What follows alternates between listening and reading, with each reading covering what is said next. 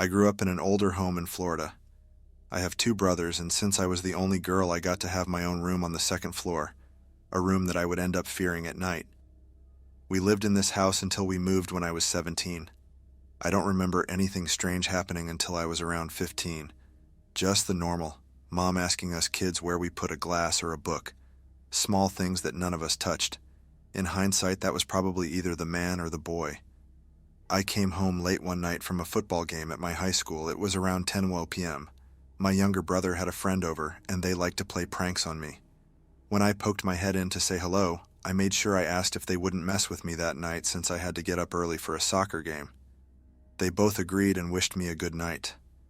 The way my room was set up at the time was there was the actual main part of the room, had my TV, dresser, a couch, and coffee table that I would use for my friends staying over or when I was reading. My bed was in a little alcove that used to be a small porch, so that my bed was flush with the windows that looked to the backyard. I put my bag on the couch and walked over to the bed to go to sleep.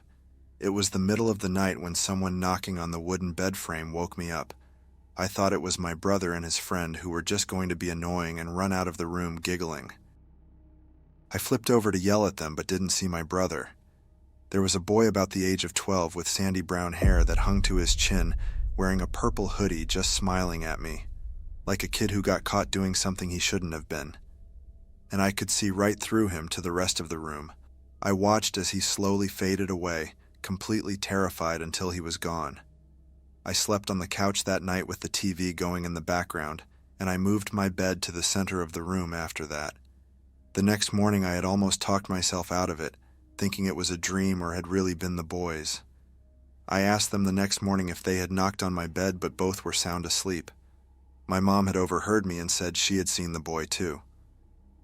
Since that night, we started to notice more strange things, but I am positive it wasn't the boy. There was a man, a mean man, that I could feel at night in my room.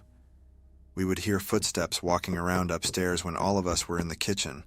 Books would fly from the shelves and glasses would be pulled down and break. Our dogs would stand at the bottom of the stairs that led to the second floor and just growl. One of the most eerie things was the smell of cigarette smoke in the downstairs hallway. No one in our family smoked inside, ever. One of the last things that happened before we moved was my brother waking up to see a tall, dark figure standing over me while I was sleeping. The entire family at that point had seen or experienced something. The boy was just a kid who wanted to be known. The man was something else. None of us were sad to drive away from that house for the last time.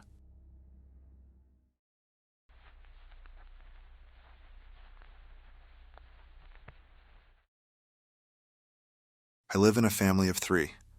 My dad, my brother, and me.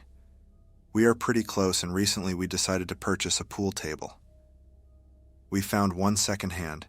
The seller told us the tragic story of his brother passing away, so he was selling all of his old stuff. It wasn't a natural death, but he didn't really want to talk about it in detail, which I didn't really care for at the time anyway. We played some games the first night, and I won most games. After that, we all went to bed.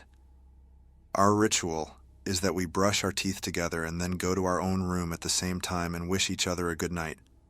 I already had a few beers that night, and so did my family. When we turned off the lights and said our final words for that night, nothing appeared to be out of the ordinary. A few hours passed and I dozed off while browsing some Reddit on my phone. I would have forgotten about this night if it weren't for what happened next. My eyelids snapped open at the sound of a large thud. An unmistakable sound of 2 pool balls hitting each other, followed by a bit of a sinister laugh, one I didn't recognize. Did my dad go back downstairs and invite a friend? Shocked still from the sudden awakening, I realized that something was wrong. It could not have been my dad. I could clearly hear his faint snoring coming from the next room. We was just as asleep as I was a minute ago, but there it was. Another thud coming from downstairs, followed by another laugh. I looked downstairs, but it was pitch black. Who would play pool in the dark, I thought. I didn't want to wake up anyone, so I went downstairs on my own to see who was in our living room playing pool. I had to be careful. Our staircase makes a lot of noise, so I had to evade some of the planks. Looking through the bars into the living room, I couldn't see anything. It was too dark. I heard another thud followed by the sound of a ball rolling over the table. My heartbeat was inside of my throat and chills were going down my spine. This is not normal. I am looking straight at the table, but it is completely dark. I can barely see the shape of the table, but the sounds leave no other explanation. Somebody is playing pool in the dark. Suddenly, I hear a plank creak under my foot. I must have slightly moved. The next few moments were even more unexplainable than what had already happened. A loud sound of wood on cold stone. The person must have dropped the cue from being startled by the sound I made. I flicked on the lights to confront whoever this was, but there was nothing out of the ordinary. The cues were neatly in their holders, and the balls were also stored under the table. I had a look around for another few minutes.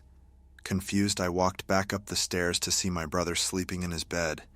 It couldn't have been him. It's been 6 days since there is a new pool table in our living room.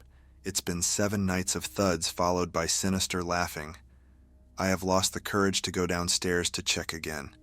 I pretend like it's my dad and my brother who are playing pool. But deep down I know it can't be them. The snoring is the definitive proof of that.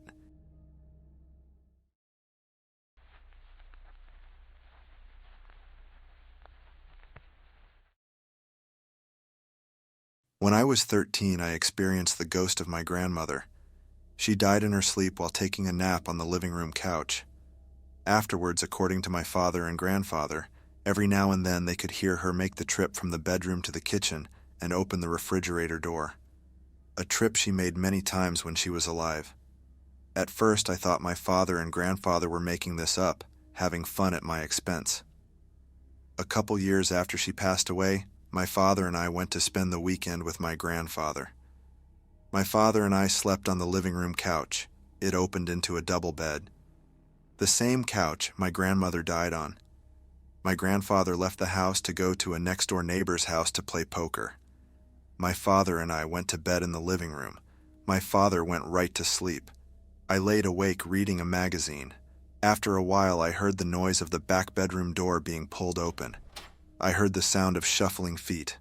I heard the creak in the floor directly in front of the bathroom doorway. I heard more shuffling feet. Then I heard the fridge door being pulled open, and I heard the sound of glass bottles in the fridge door clinking against each other. Back then, they were still putting soft drinks in glass bottles. Feeling thirsty, I decided to get out of bed and go join my grandfather in the kitchen for a cold drink. I go into the kitchen, only to find myself all alone. I was puzzled. I could have sworn I heard my grandfather walk from the bedroom into the kitchen and open the fridge. Then I remembered that my grandfather wasn't home. He was over the neighbor's house, and he hadn't come back yet. Then I remembered my grandfather's and father's ghost stories. Then I got scared. I raced from the kitchen into the living room and leaped over my sleeping father into my side of the bed. Then I went to sleep. I don't know how long I slept before I woke up with a start, a feeling of paralyzing fear in my body. I was frozen. I was lying on my right side. It took a while for me to work up the courage to turn my head to the left. My head was covered by my blanket. There was a shadow being cast onto my blanket. The shadow was the outline of a head and shoulders of a woman with a beehive hairdo.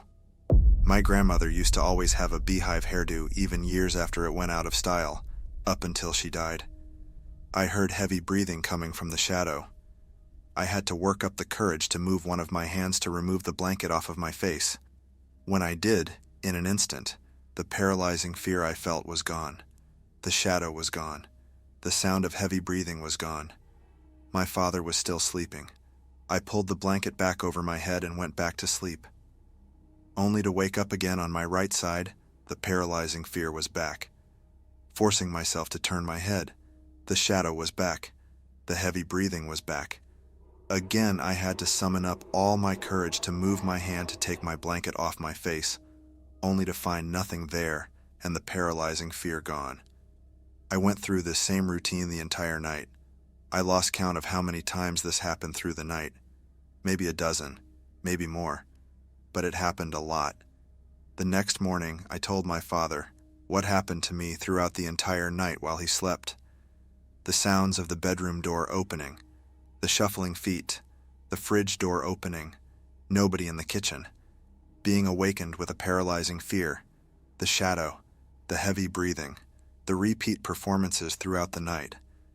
I kind of expected him to tell me that I was just seeing and hearing things, but instead he smiled and exclaimed, "That was Grandma."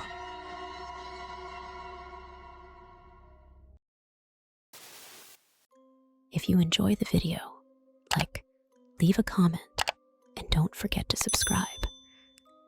And if you want to support us, share it to your bestie.